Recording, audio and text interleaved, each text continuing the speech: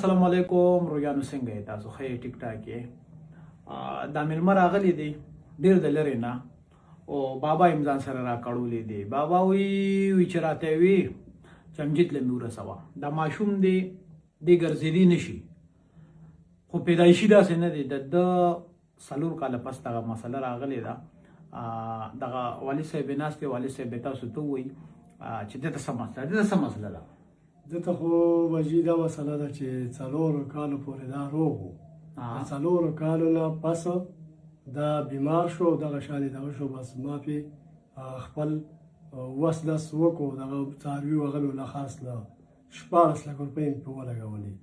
نور باقي چې کم دی نو خدای شته چې بس څه وس مې نه کړې زه په خپله دا خواري مزدوري کوم او بس دغه کوم نور چې څه وس مې پرې نه کړې وس یې مې بیا پرېښودلو هغه اپریشن مې ولم وکړو اپریشن مې ولم وکړو خو بس خبر ده چې نور مې بیا له هغه نه ایسته علاج نور نه دی کړی څه وس دس مې نه کړېده بس ایسته مې پرېښودل ما ویل چې یاره بس الله ته مې واله کړم نور څه نه شم کولی اوس ماله دې څه راوستی دی تا له مې په دې وجې راوستو چې دې ماشوم خپل موبایل دی غاټه او دا ویډیوګانې بیا ستا کتې ستا ویډیوګانې بیا کتې نو ما ته ده وویل دې ماشوم راته وویله چې یاره ما امجد بهیله زما رویانو دا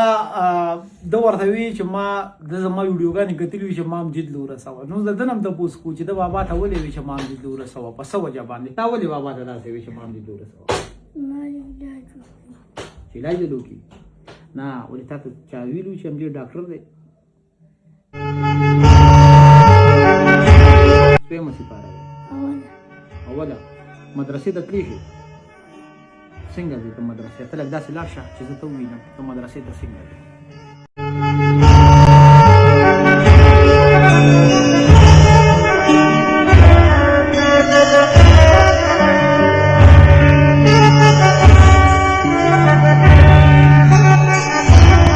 ماشوم ګرځېدل خو تاسو ولیدل والد صاحب یې راته وویل د کیمرې په شا باندې چې امجده موږ پیسې نه غواړو اوس که ته موږ ته پیسې راکړې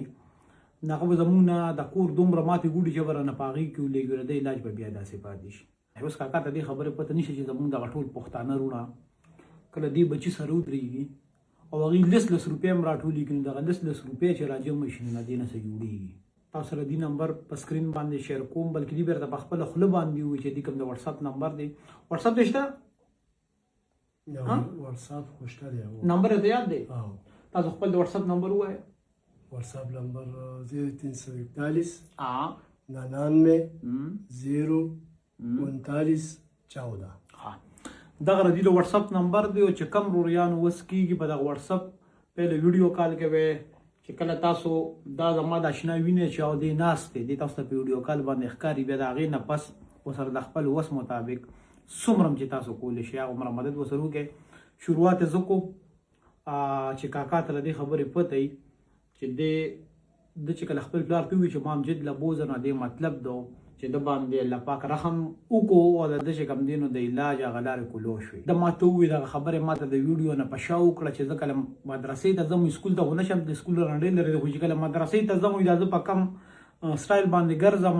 زه مدرسې ته رسم نو ما پسې په لاره د خدای بلا خلکو اوازونه کړي وي دغه همزوري زما چې کوم دغه ماشومان وي ما پسې خنداګانې کوي نو بیا دغې وجې چې کوم دی نو زه زما مدرسې ته مړه نه کېږي چې زه مدرسې ته هم لاړ شم نو تاسو دغه ټول وریان ورسره ودرېږئ دې بچي د خپل بچي په نظر وګورئ چې څومره هم ستاسو وسي دغه خپل وس ورسره وکړئ چې د بچي علاج وشي دې په خپو باندې ودرېږي دې خپل سکول ته لاړ شي خپل مدرسې ته لاړ شي دغه والد صاحب دی بس اخره کې که د هغه داسې څه ویل غواړي دغه ملګري دي ټول تا ګوري بچي زه خو دا ویل غواړم چې زما پیسو ته لکه دغه نه دی خو بس دونه ده چې بس دا ماشوم دی دا ماشوم الله پاک روغ کړي په خپلو خپو ودرېږي او بس دا زما همدغه بس اوس کاکا تا ته زه خبره کوم اوس ته وایې زما پیسې نه دي مکه